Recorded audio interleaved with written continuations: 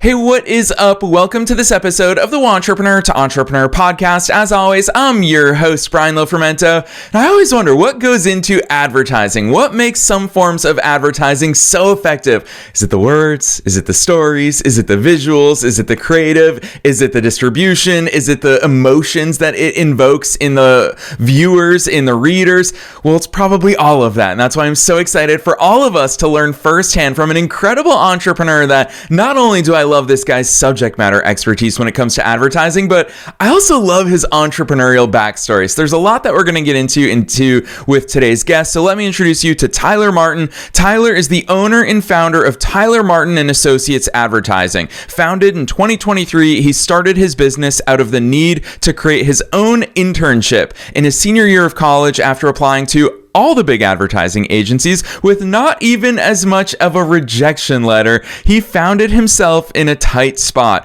At the last minute, he was soon introduced to his first client by his professor, mentor, and friend, and he quickly discovered that this was not just a side hustle, but his mission, his business, and his career. And what really caught our eye when we were so excited to invite Tyler onto the show today is the big headline on his website says there is no brand or business that is too big or too small, because Tyler is so creative in the way that he views advertising. So I'm not going to say anything else. Let's dive straight into my interview with Tyler Martin.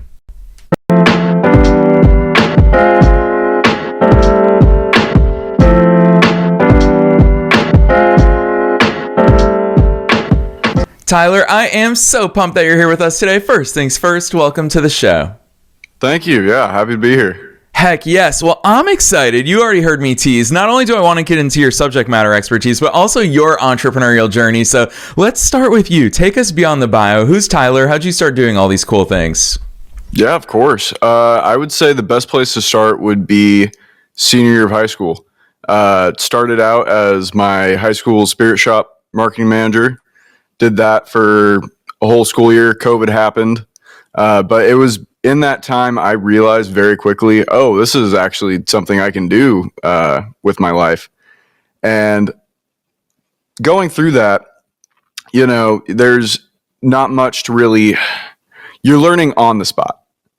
And that's what it was, because we had a small spirit shop. All the parents always wanted to buy stuff, but they could never come in during the school day. And since it was a private school, there was no buses. And so our parking lot would just be full of cars all afternoon. So no parents could even get in or park because everyone drove there. And so I opened up the first online store for our school. And along with my marketing efforts too, posting flyers around the school and starting our social media, we doubled our revenue just from marketing alone within my first semester. Yeah, I love that, Tyler. It's such a cool part of your story, and I feel like it also naturally leads to your entrepreneurial beginnings as well. Oh, yes. Oh, yeah. If you want me to get more into that, so fast forwarding a bit, we're going into now freshman year of college.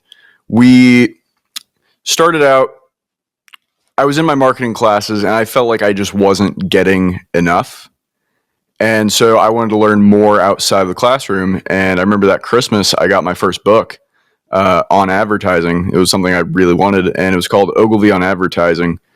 David Ogilvy, he started the greatest advertising agency it's ever been. Hopefully I'll be just as great soon, very soon. And I just read this book, and it came out in the 80s, and it was just as relevant today as it was, 40 years ago. And it just made me more aspirational to start my own advertising agency, because that was when I knew, oh yeah, I'm going to start my own agency someday. And it happened a lot quicker than I expected.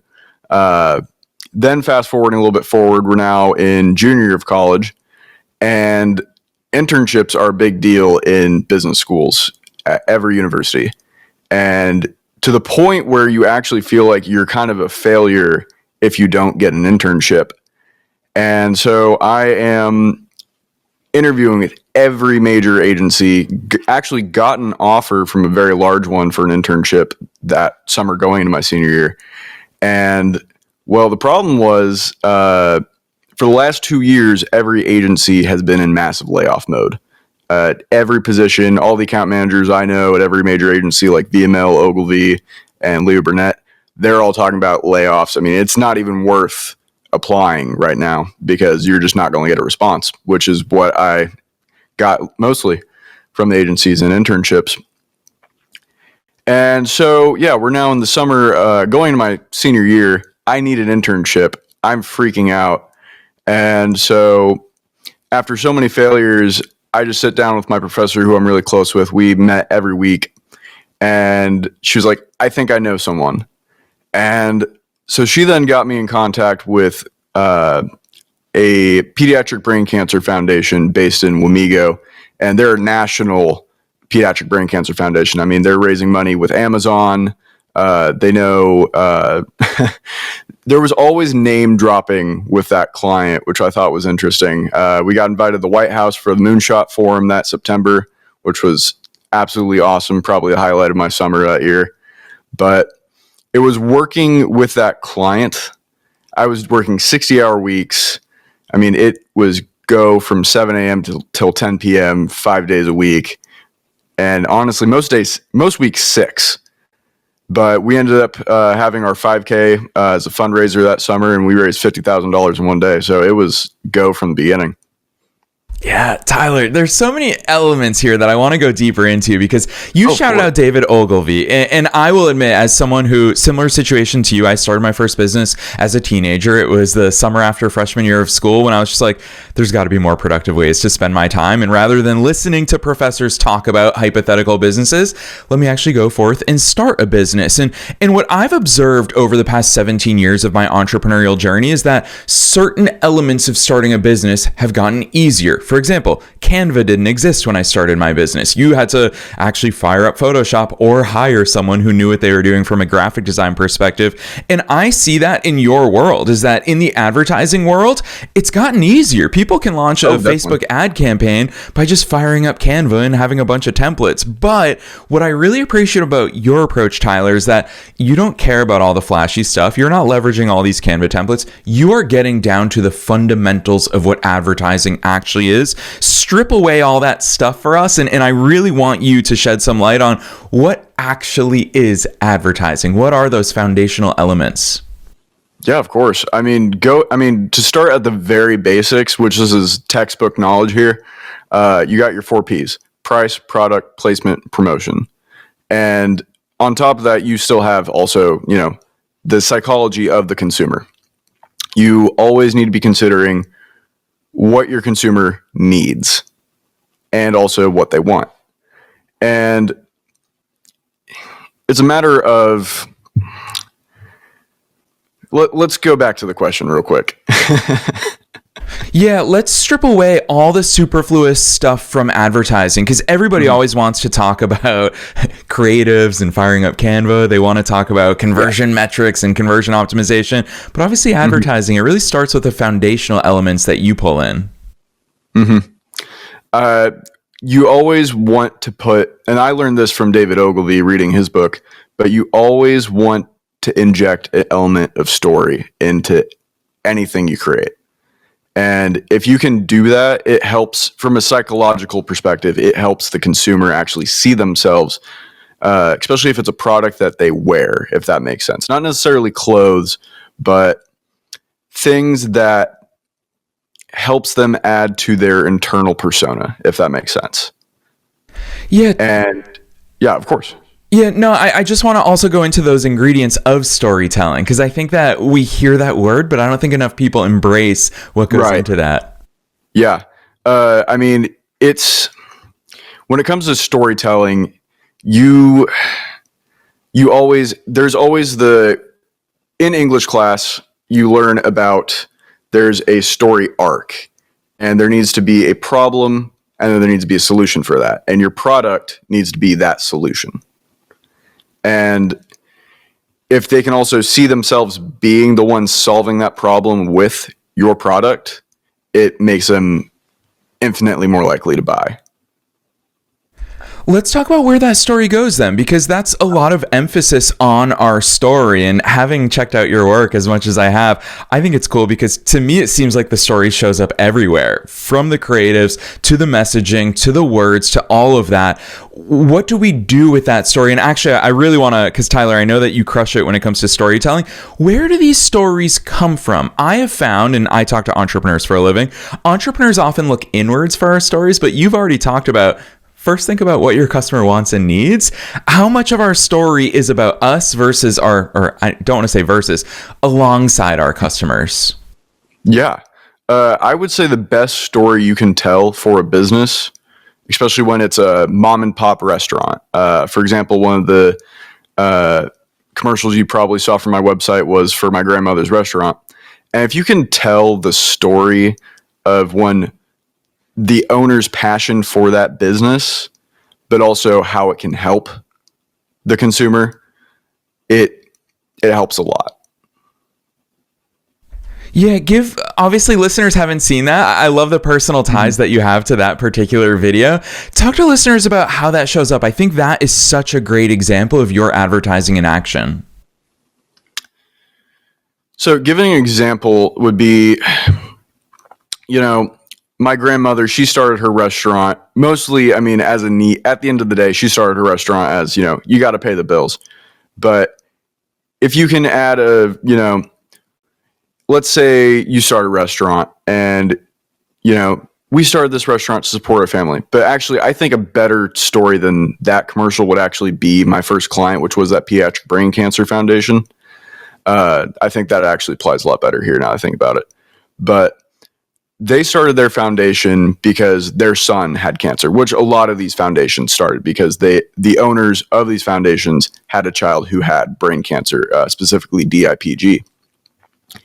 And just going through the process of their child going through not just experiencing, finding out you have cancer, but also then, going through what it was like going through treatment, the changes to the person, when they actually start seeing the effects of the treatment and also the cancer itself as it progresses. But it's emotion with a mixture of purpose. Which is a powerful point. I want to go deeper there, especially because knowing your love for David Ogilvy and so much of his literature, emotion plays at the heart of it. I've long been turned on. I love that marketing and advertising phrase of psychological triggers. Whenever I sit down and I write copy, or whenever I get the chance to interview amazing entrepreneurs like yourself, I always think about what are those real inner thoughts that we all have as fellow entrepreneurs. How do we invoke that emotion from the people who are consuming this stuff? Because let's face it, Tyler, you know even better than I do how much of a short attention span society we live in these days. So we've got to talk about the emotion paired with, hey, you only have a few seconds to get these people to pay attention. Exactly. Even now we're actually seeing attention spans are even getting shorter than what was initially thought. What's actually proving more effective now is actually microcommercials, which are about 15 seconds, which you're seeing more likely on short format social media like TikTok and Instagram Reels. But psychologically, when it comes to what really gets at the consumer is either fear of missing out, fear of not acting quick enough, if that makes sense.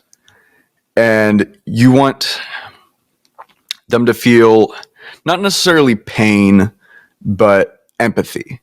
If it's, you're raising money for children in Uganda who don't have water, you want people to go, these people are suffering, but you can help. And it all comes down to adding either fear, love. It's just simple emotion.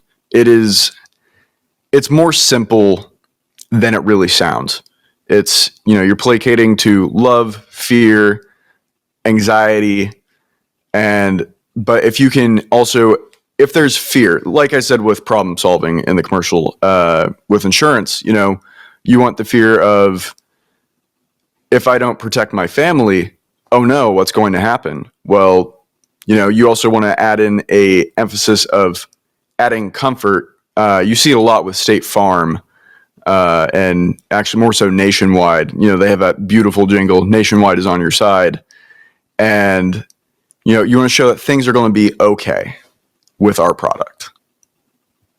Yeah, to me, really what I love about that is it's borrowing from neurolinguistic programming, which is that idea of future pacing, of picturing what your life is going to look like when you're on the inside. You're right. We see in so many commercials. I think the one that I shake my head at, Tyler, I have to confess, is pharmaceutical companies. They don't talk about the things that they fix. They show you your perfect life. Everyone's happy. Everyone's laughing. Talk to us about that, because we obviously see it on that national scale, and there's ingredients that work. You brought up a jingle, for example. Gosh, I am like so susceptible to jingles. I'll be humming the 1-800 Empire commercial all day long. All of these things stick in our head.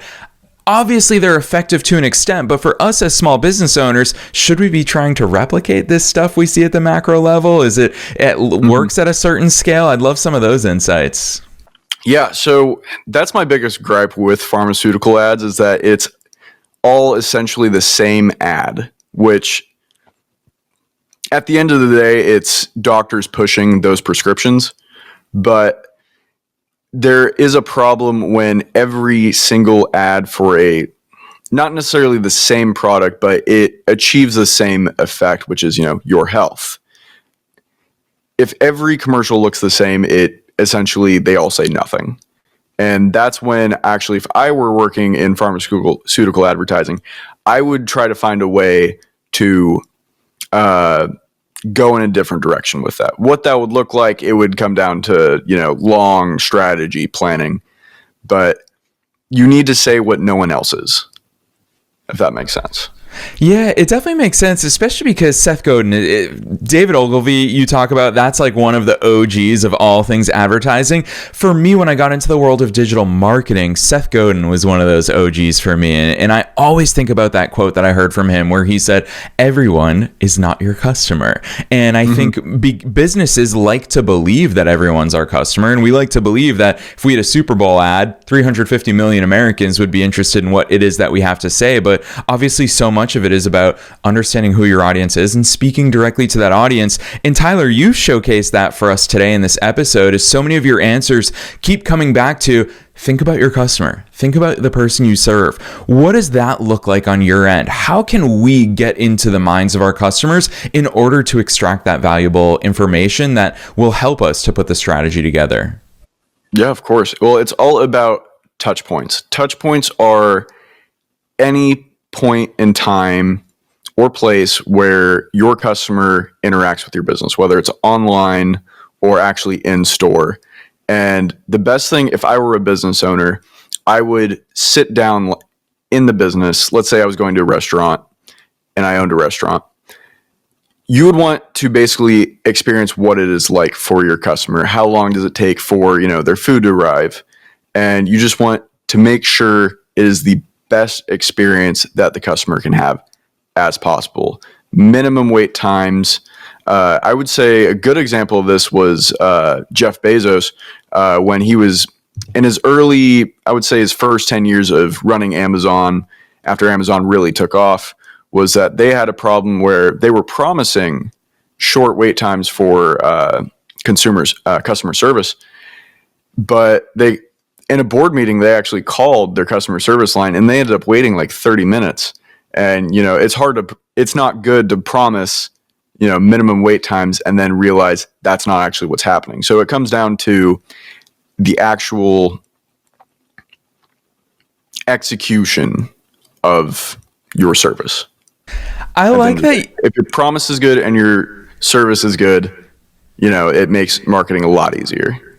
I like that, Tyler, especially because I feel like today we actually have more of an opportunity than ever before to stand out and to do something different, because what I'm really going to point a big finger at, and I love this and I'm super curious to hear your perspective on it, is AI. I think that AI is giving us so many superpowers in so many ways, but it's also causing so many people to sound the exact same. And so selfishly as a podcaster, I believe that my energy and the way that I think, it comes to life on the air. It's something that you can't necessarily replicate through AI, at least not yet. That day is probably coming. But what's your take on how AI is? Yeah. What's your take on AI in your industry and how it's affecting advertising as a whole? Yeah, of course. So I actually did research my junior year of college in AI and marketing, and it was undergraduate research, which was a lot of fun. And I had actually developed a device that can look at a consumer, and based off of it analyzing you, it can then target products and services to you on a display board. And that was actually, I found out in trying to contact larger businesses like Target. I found out, oh, they're developing something very similar. And so it was really interesting getting into that. And it was very quickly, right after I finished development, ChatGPT then came out that exact same week I finished. And I was just like, oh, there goes all my hard work. But I would say the future of AI in advertising, it's most likely going to take up the more menial jobs for now, because that's also where we're seeing a problem in larger agencies where essentially HR managers are using AI to figure out, okay, what jobs can we get rid of? And that's also why we're seeing a lot of layoffs, not to mention the economy, but it's going to take up the lower end creative jobs, copywriting, general broad strategy, but not necessarily production and execution. We may see more production in terms of AI, like actually having a full commercial that is AI. If you look up on YouTube, you can actually see some pretty funny fake commercials that I've seen that are fully AI generated. I think I saw it was a ad for gasoline, but they were selling it like it was a alcoholic beverage, which I thought was hilarious. But it is slowly creeping up on just about every position in advertising. And I would say the only thing it's not going to take away from is the direct client relationship where, you're the business owner, I'm the account manager. I don't think it's going to take those positions on because you need human to human interaction at some point. Yeah, I agree with that. And also, I would argue it's that human intervention in finding those stories, unearthing those stories, that's also going to remain there. AI can ask a lot of really good questions, but I would imagine in your work of sitting down with business owners and going through potential stories, you are playing a key role in making them realize there's a story there. You may not think there's a story there, but there absolutely is. So I totally agree with you that human to human interaction is important. You brought up so many different facets of advertising there that I want to zoom out and just talk about your company on the whole and the service offerings that you have, because I think that when people think about advertising, they only think about a few steps of the equation, Tyler. They think about obviously the creatives, what we can actually see, and they think about the words, the copy writing, the copy smithing that goes into that as well. They don't think about, hey, you actually have to have a production setup. You actually have to distribute this across social media. You have to have a coordinated website strategy. There's so many elements that go into it. I know you also touch on print. Talk to us about how your company has evolved in service offerings, because it's so clear to me that you're tacking on all the pieces that it takes to be successful. Of course, yeah. So initially, I didn't do a lot of video production.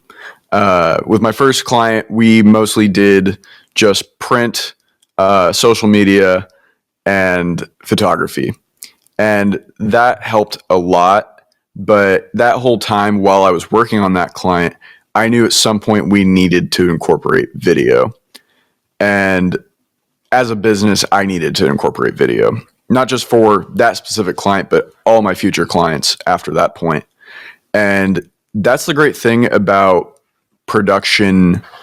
The products you can use for production, whether it's lighting, camera, it is so inexpensive today. And that makes my job so much easier because, today you can pick up a 4K camera for, $600. And, oh, we're getting a dog here. We have a visitor. Tyler, this has happened. 1,200 plus episodes. We occasionally have the extra +1. Oh yeah. Hi, buddy. You need to go sit down somewhere. But yeah, the cost of production today is so inexpensive that just about anyone can get into it. Granted, you do need to invest some money. I mean, it's not going to be cheap, but in terms of how it used to be, 30 years ago, I can buy a production quality camera for about $1,000 when, 20, 30 years ago, or even 40 years ago, that was $30,000 where, you're paying for a full film crew to come in, film a commercial, and, that's the end of the day. But now there's so many individual videographers that you can just, find through YouTube or social media that are, they have already paid for that high quality production camera that, I can just, say, here's $500. I need a commercial filmed on a Saturday, let's go to town. Yeah, it's crazy. You say 40 years ago, heck, 10 years ago is a different game. I remember anytime I tune into podcasts, I started the show back in 2016, and I would tune into the biggest podcast in the world. Those microphones were so expensive. I always dreamed of it. Now, here you and I are. Listeners are going to be super grateful for your mic quality today because, you're using a Rode microphone, which is one of the best audio companies out there, and their products are so accessible to everyday people. So it's eliminated that part of the equation, which leads me to, I knew we would go here in our conversation, and I'm really excited about it. I love this approach to your business. I called it out at the top of today's episode. No brand is too big or too small. I think that accessibility for all of us to take advertising more seriously in our businesses, there's never been an opportunity like there is today. Talk to us about that, because a lot of newer businesses especially will try to convince themselves of, I need to reach a certain point, I need to do certain things, I need to get market traction before I can start advertising, when actually advertising is the fuel that's going to get them there. Tyler, talk to us about business size and when we should start taking advertising seriously. Yeah, advertising should be taken seriously from the get-go. As soon as you start your business and, you need clients or customers, that is when you need to start marketing on your own. If your customers come in mostly through your connections, that is great to a point, but you can only sell to the same people so many times. And that's when you need to start investing in yourself. Every business should spend minimum 10% of their revenue on advertising, which what that looks like to each business, whether, it's a mom and pop restaurant or a giant insurance agency or a legal firm, downtown, you need advertising is just so important that when you're saying nothing, you're going nowhere. Yeah, I like that rule of thumb. 10% of your revenue on your advertising. In the world of finance, we talk about compounding interest, is that, every time you make money, if you reinvest that money, now your more money is making even more money. And what I'm just picturing the earlier entrepreneurs, everyone can figure out a way to make $1,000 through client engagement. Boom, 10%, $100 goes straight into advertising. Can and will that get you a new client? Well, if you stick at it and if you persist with the fundamentals, then yeah, that's that growth fuel for your business. So Tyler, I knew that time would fly by with you today. I love how many different insights you have, not only from the modern era, but you're going all the way back to the fundamentals. David Ogilvy, huge shout out to so much of his work, because those are the principles that we still build on to this day. So I'm going to ask you this last question, not just with your advertising hat on, but as a fellow entrepreneur, knowing that we're being listened to by both entrepreneurs and entrepreneurs at all different stages of their growth journeys, what's that one piece of advice that you want to leave them with today? I would say, if I had one piece of advice, is just because something doesn't work within a month, keep going. Keep going. Try until you succeed. But then the real question becomes, what do you do when you succeed? Well, that's when you start reinvesting in your advertising. It's never, ever, ever give up. And that's actually a quote from Winston Churchill I've always had on a bookmark upstairs when I'm reading. And I just look at it just about every day, and I always keep that in my head. Yes, I love that. Tyler, that's the truth about being an entrepreneur. And we're constantly faced with those decision points to keep on going. And I love that reminder for our worldwide audience. I'm also very excited. You and I could talk about advertising all day long, but I fell in love with your website the second I landed on it. I know our post-production team was very quick to invite you on the show when they came across your work. You have such an extensive example and catalog of the videos you make, of your messaging, your own positioning, the services, the team that you've built, all that good stuff. So instead of listeners just hearing us talk about your work, I'm excited for them to check it out. So drop those links on us. Where should listeners go from here? Yeah, of course. You can find my website at tylerdmartin.com. And if you just look up Tyler Martin Associates on social media, that's the best way to find us. Yes, and on top of that, listeners, you already know the drill. We're dropping those links down below in the show notes, no matter where it is that you're tuning into today's episode, so you don't have to worry about remembering anything, although Tyler has made it very easy, tylerdmartin.com. Nothing to trip you up when it comes to spelling, but you can also click on through from the show notes. So, Tyler, on behalf of myself and all the listeners worldwide, thanks so much for coming on the show today. Thank you.